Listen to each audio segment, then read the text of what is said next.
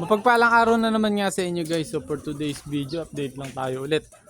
So puro smash nga yung nangyayari sa training ng dalawang kalapati nga natin. So tatlo nga yun, yung isa ni-stop ko, yung sinabi ko sa inyo yung barako. Tapos yung dalawang hen natin, pang motivate nga, yung barakong in-stop natin. So puro smash yung nadaling training. So malapit pa lang naman, 50 to 60 to 50 to 70 kilometers pa lang naman yung training natin sa club, sa CLRPC nga. So maganda pa rin naman yung pinapakita ng dalawang ibon nga natin. Dahil nga sa umuwi naman sila sa oras. Minsan nga 1K pa speed. Pagka nagpo-forecast tayo, syempre inaabangan natin. So halos lahat naman ng uwi nila nasa sakto naman yung uwi nila. So hindi sila umuwi ng late or hindi umuwi ng cut-off. So papakita ko na sa inyo ginawa nga nating motivation para umuwi ng sakto sa oras or mabilis yung isa. Kasi yung isa nga na pinalalaban natin, yung black checkered, kung updated kayo sa video ko, yung kung napapanood nyo yung mga nauna natin video, kahit medyo matagal tayong mag-upload, makikita nyo naman yung nililipan nga natin doon. So i-update ko kayo. So ito yung mga natin, Sackbird. So napakarami. So yung mga sinuksukan nga natin, napagbibigay na natin yung mga sinuksok natin sa mga tropa. Tapos naka-ready na rin tayo ng ring. Ayan, ring naman ng summer. So balak natin maglipad 4. So dalawa sa GR saka sa BBC. So combine naman na yung BBC saka GRPC summer race natin dito. Kaya siguro malaki magiging pa-premyo. Kasi 1M kagad sa BBC. So ewan ko lang sa GR kung magkano iaabutin. So tapos naka-combine, tapos meron na rin tayong CL, summer winter yan. Isang ring, dalawang season. Kaya kung sa CL naman, kung maganda, ang kagandaan naman sa CL, pagka nagka-problema yung kalapate, nagkahalak, nagkasakit, pwede mo i-stop. Susunod na season na lang natin ililipad. So yun yan. So ganda nung mata nung choco nga natin na to. Buhay na buhay. Kaso pangulag. So yan yan yung setup natin sa mga breeder natin or stockbird. So kalahati lang yung may bubong. Para kung sakaling umulan, makakaligo sila. Kung sakaling mainit, pwede silang sumilong. Maganda magiging kondisyon nila. So mas madali nating magamit or mas mabilis nating magagamit dahil makakapag-condition sila. So ito medyo nilalamig. Ito yung 2 times natin. 2 times south, 2 times north. So sa viewing naman, yan lang yung viewing natin. Simpleng-simple lang. Kagandaan sa viewing natin na to, pwede rito, pwede double cage lang, pwede dito kung saan na komportable ka mailagay or makikita kagad ng mga kalapate may lugar, pwedeng dun mo kagad ilagay. Kaya maganda yung viewing natin ganyan. Simple lang. So update ko kaya, makita ko lang. Naghiwalay na rin tayo ng mga breeder. Ayan. So pansin nyo, wala na. Puro tigi-tigisa na lang. So ito, nakapisa na. Ayan, nakapisa na. Saka ito, may itlog.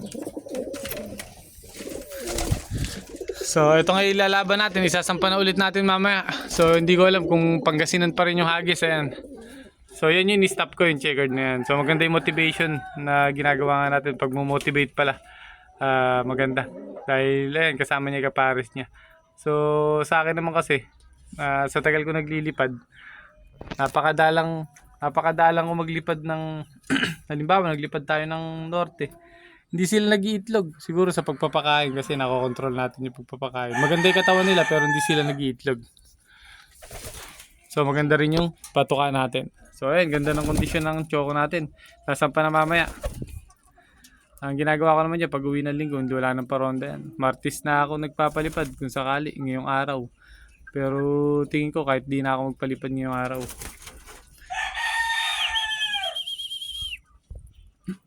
Ganda ng mga kondisyon. Ito yung mga young bird natin ng south. Kompleto na tayo sa young bird ng south. Summer naman yung paghahandaan natin, sunod-sunod. Kaso pa konti, medyo dinamihan lang natin ng south para sa ganun makita natin yung bagong subok natin na linyada kung magkiklik. Kasi isang ibon dyan, binread ko ng 6. Isang pares na kalapati nga natin, binread ko ng 6. So may dalawa pang susunod, pang North ko naman, saka summer.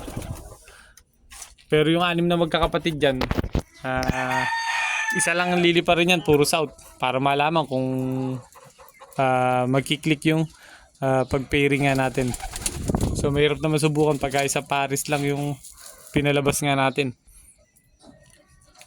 Kahit na mainam yung mga breeder nga natin na yun, mas mainam kung mas marami. So ginamitan lang natin na seater para hindi malaspag yung mga breeder. So ito, ayan. Turo ko sa inyo yung magkakapatid. So ito, magkapatid dyan. Ayan, naka-MacArthur pa isa. Si Reject. Magiging tawag sa akin na ito, Reject. Dahil sa magkakapatid, siya yung pinaka-ayoko.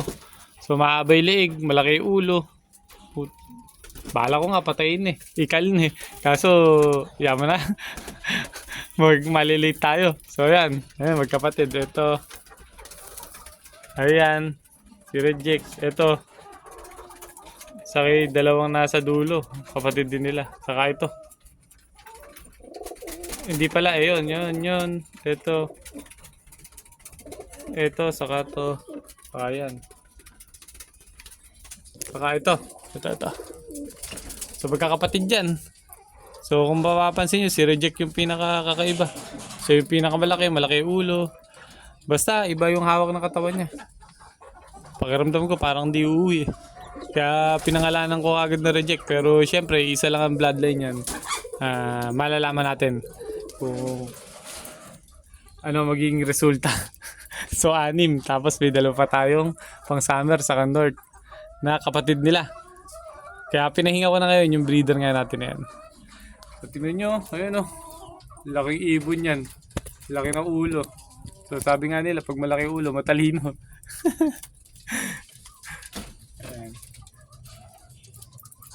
Yan. So update. Ayan yung isa natin nililipad. Ayan. So pakita ko sa inyo yung isa pa natin nililipad. So dito nga nakakulong isa natin nililipad. So ito pinarisan natin. Ipinaris natin si Camiguin. Ayan. So tawid dagat ng norte. Ayan, finisher, tawid dagat. Finisher yan ng lagpas Santa Ana, itatawid pa. Di ba nasa Santa Ana ka na tapos ibabang ka pa. Doon nila pinawala na yan. So magkapatid yan sa tatay. Kaya kung sakaling manalo ibon natin na to, pwede na sila magkapares. Magkapatid naman sila. So yan ang ginawa ko pang motivate dyan. Kasi itong hen natin at Bob, ayaw nang pumasok sa kulungan, naghahanap ng kapares, pumapares dito sa mga kak natin dito. So napakakulit. So kahit bugawin natin ng bugawin, ayaw niya pa rin talaga. So nung nilagyan ko ng kapares, ayun. Maganda na naging resulta. So pasukin na siya kaso dito na siya sa loft ng kasama natin. So mas okay nga. Dahil dito medyo maluwag. Pagka doon natin nilagay, sobrang sikip na doon sa may gawain natin. So yun, hanggang dito na lang yung video nga natin. So pinakita ko lang sa inyo paano ko minomotivate yung mga hen natin. Yung kak madali lang eh. Kasi basta parisan mo yun ng pares na pares. Mamomotivate natin. Itong hen minsan namimili pa. Nabubugbog pa minsan ng kak. So yun, hanggang dito na lang guys.